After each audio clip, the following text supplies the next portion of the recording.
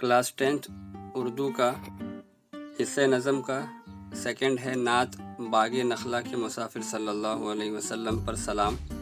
इसके आज हम सवाल जवाब देखने वाले हैं। तो आपके पास पहला सवाल है, नज़म की सिन्फ़ का नाम लिखिए। तो आपके पास उसका जवाब है। फिर सवाल नंबर 2 है, नज़म की हैयत का नाम लिखिए। तो ये नज़म की हैयत का नाम आपके पास बताया है, ये आज़ाद नज़म है।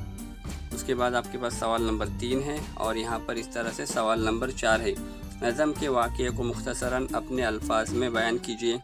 इसके अंदर क्या बताया गया है, तो इस तरह से आपको बताना है कि ताइफ़ का सफ़र अल्लाह के नबी ने किया था, तो उसके बारे में आपको मुख्तसर लिखना है। फिर सवाल नंबर 5 है, नज़म की तमहीद और इख्तिताम पर अपनी राय दीजिए। तो इस तरह से आप इसको देखकर लिख सकते हैं। और नीचे इस तरह का जो सौद बना है छोटा वाला, इसका क्या मतलब होता है, तो उसका मतलब होता है सल्लल्लाहु अलैहि वसल्लम। उसके बाद यहाँ पर सवाल नंबर 7 है, ज़ेल की तरकीबें जिनके लिए इस्तेमाल की गई है उनके नाम लिखना है आपको।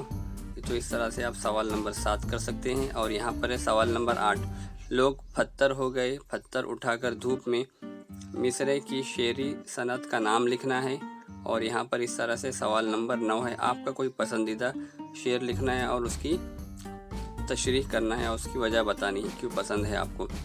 उसके बाद सवाल नंबर 10 यहाँ पर है, दर्ज झेल अल्फाज में से ऐसे अल्फाज नकल कीजिए जो नज़म में शामिल नहीं है।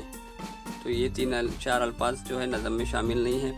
उसके बाद इस तरह से सवाल नंबर 12 है, नज़म से नुमायाँ होने वाली आप सल्लल्लाहु अलैहि वसल्लम की सिफ़त को लिखना है। सिर्फ नज़म से जो है उसका ही लिखना है, वैसे बाकी तो कई सारी सिफ़ात हैं। उसके बाद यहाँ पर सवाल नंबर 13 है, वाव अतफ़ की मिसालें आपको बतानी हैं। तो इस तरह से आप कर सकते हैं। उम्मीद करते हैं कि आज की वीडियो आपको पसंद आई होगी। वीडियो पसंद आई हो तो उसे लाइक कीजिए, शेयर कीजिए और चैनल को सब्सक्राइब कीजिए।